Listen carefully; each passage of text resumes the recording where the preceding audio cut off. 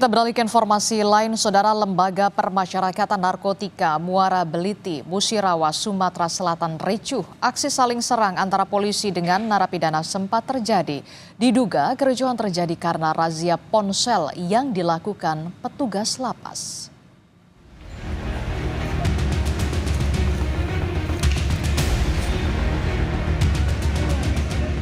Kericuhan terjadi di Lembaga Pemasyarakatan Narkotika di Muara Beliti, Musirawa, Sumatera Selatan. Narapidana menguasai seluruh ruangan lapas dan menyuarakan keluh kesah mereka melalui pengeras suara. Kerusuhan terjadi Kamis pagi dan diduga terjadi karena salah satu tahanan berteriak tidak terima handphonenya dirazia petugas lapas.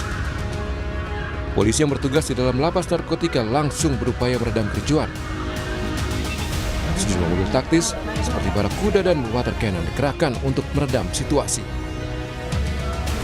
Dalam hal tersebut, kita dari Satreskrim masih melakukan proses penyelidikan terkait dengan kerusakan yang terjadi tadi di lapas.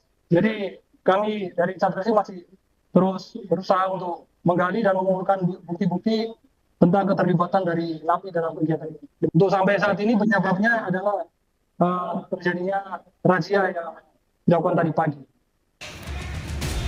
Kakanwil Ditjenpas Sumatera Selatan memastikan tidak ada tahanan yang melarikan diri dari lapas dan tidak ada korban jiwa saat kericuhan terjadi. Namun sejumlah fasilitas di lapas rusak akibat kericuhan ini. Kakanwil Ditjenpas Sumsel membenarkan ada overkapasitas lapas Muara Beliti sehingga saat terjadi kericuhan, tugas lapas meminta bantuan TNI dan polisi untuk berjaga.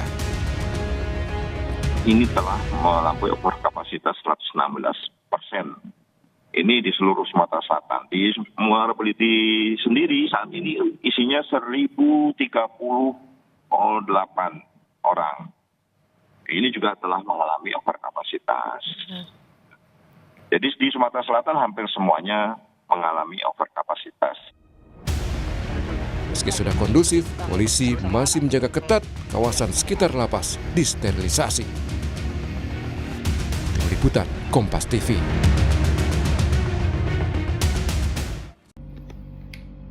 Assalamualaikum warahmatullahi wabarakatuh. Selamat pagi semuanya. Saya sebagai Kalapas dari Lapas Narkotika Muara Beliti ingin menjelaskan pada saat kejadian saya masih mengingat dengan sangat jelas peristiwa kerusuhan yang terjadi di Lapas Narkotika Muara Beliti.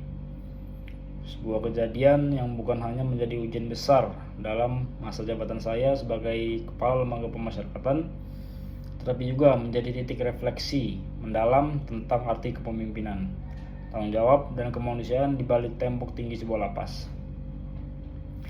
Hari itu dimulai seperti hari-hari lainnya. Sejak pagi, suasana lapas berjalan dengan ritme yang sudah kami kenal dengan baik. Petugas melaksanakan apel pagi, pembagian tugas dilakukan secara sistematis seperti biasanya. Dan warga binaan mulai menjalankan aktivitas mereka, mulai dari kegiatan kebersihan, pembinaan kemandirian, hingga program rehabilitasi yang memang menjadi fokus utama di lapas narkotika. Tidak ada tanda-tanda mencolok yang mengindikasikan bahwa hari itu akan berubah menjadi hari yang penuh ketegangan. Namun, sebagai seorang kalapas, saya selalu menyadari bahwa ketenangan di dalam lapas seringkali bersifat semu. Di balik rutinitas yang terlihat tertib, tersimpan berbagai dinamika yang tidak selalu tampak di permukaan.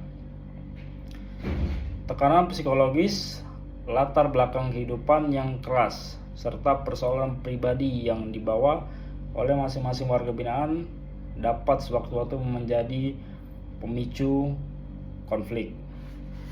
Menjelang siang, suasana mulai menunjukkan perubahan.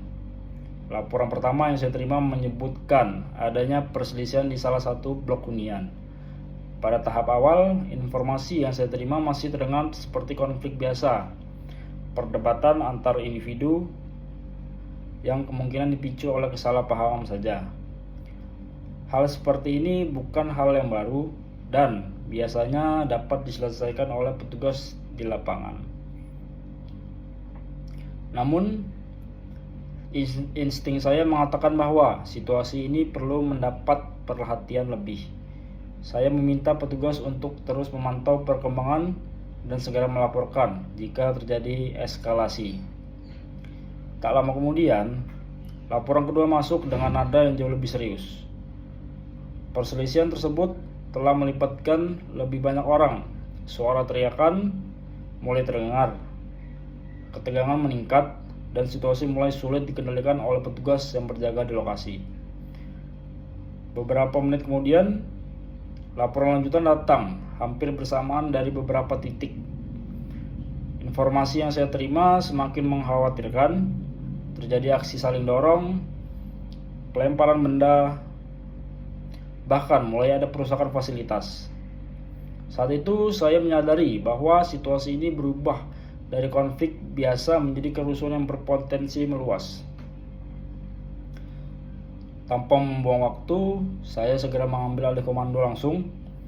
Saya memerintahkan seluruh jajaran pengamanan untuk siaga penuh dan bergerak cepat menuju lokasi kejadian.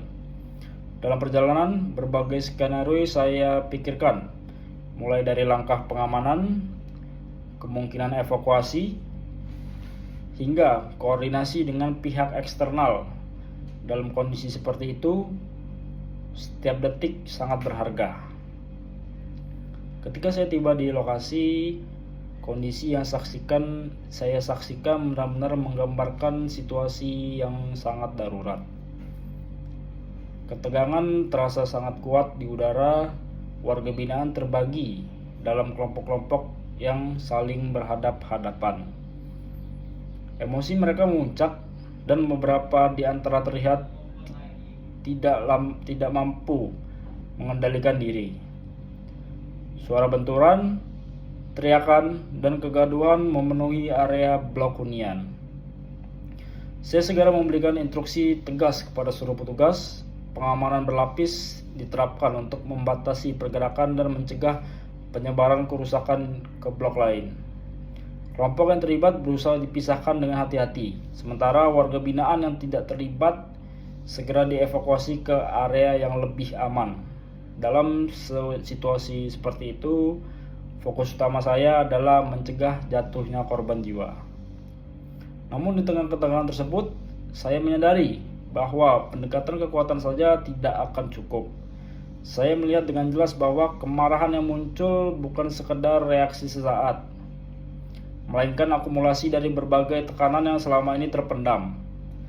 Jika tidak ditangani dengan pendekatan yang tepat, situasi ini bisa kembali meledak di kemudian hari.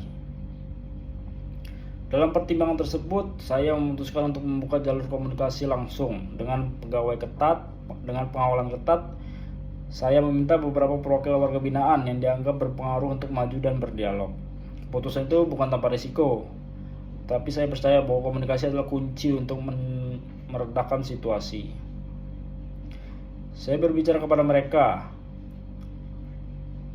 dengan tegas namun tetap mengedepankan pendekatan humanis. Saya meminta mereka untuk menahan diri, meningkatkan bahwa kerusuhan hanya akan merugikan semua pihak, termasuk mereka sendiri. Perlahan respon mulai terlihat, meskipun belum sepenuhnya tenang. Beberapa di antara mereka mulai bersedia mendengarkan. Dari dialog yang berlangsung di tengah situasi yang masih tegang itu, saya mulai memahami akar persoalan yang sebenarnya. Kerusuhan tidak hanya dipicu oleh satu kejadian, tetapi oleh akumulasi masalah-masalah, mulai dari konflik antara kelompok, rasa ketidakadilan dalam pembagian fasilitas, hingga tekanan hidup yang sangat berat di dalam lapas narkotika. Semua itu menjadi bom waktu yang akhirnya meledak. Di sisi lain, saya juga segera berkoordinasi dengan aparat penegak hukum di luar lapas. Bantuan pengamanan disiagakan untuk mengantisipasi kemungkinan terburuk. Namun saya tetap menekankan bahwa pendekatan persuasif harus menjadi prioritas utama agar situasi dapat dikendalikan tanpa menimbulkan dampak yang lebih luas. Kerusuhan tersebut berlangsung selama beberapa jam yang penuh dengan ketegangan. Waktu tidak terasa sangat lambat. Setiap keputusan yang saya ambil harus dipertimbangkan dengan matang karena menyangkut keselamatan banyak orang. Namun, berkat kerjasama seluruh jajaran, disiplin petugas, serta pendekatan komunikasi yang terus dilakukan, situasi perlahan mulai mereda. Satu persatu warga binaan mulai menurunkan ego mereka. Kelompok-kelompok yang sebelumnya berhadapan mulai menjauh dan ketegangan berangsur-angsur berkurang hingga akhirnya situasi dapat dikendalikan sepenuhnya. Sebagai tindak lanjut, kami meningkatkan pelatihan petugas, memperbaiki pola pengawasan, serta mengembangkan program pembinaan yang lebih komprehensif. Kami juga berupaya membangun kepercayaan antara petugas dan warga binaan, karena kami percaya bahwa keamanan sejati tidak hanya dibangun dengan pengawasan, tetapi juga dengan hubungan yang baik. Peristiwa kerusuhan di Lapas Narkotika Muara Beliti ini telah mengubah cara pandang saya dalam banyak hal. Saya semakin memahami bahwa di balik setiap konflik selalu ada cerita yang lebih dalam, bahwa setiap warga binaan adalah manusia yang membawa beban hidupnya masing-masing.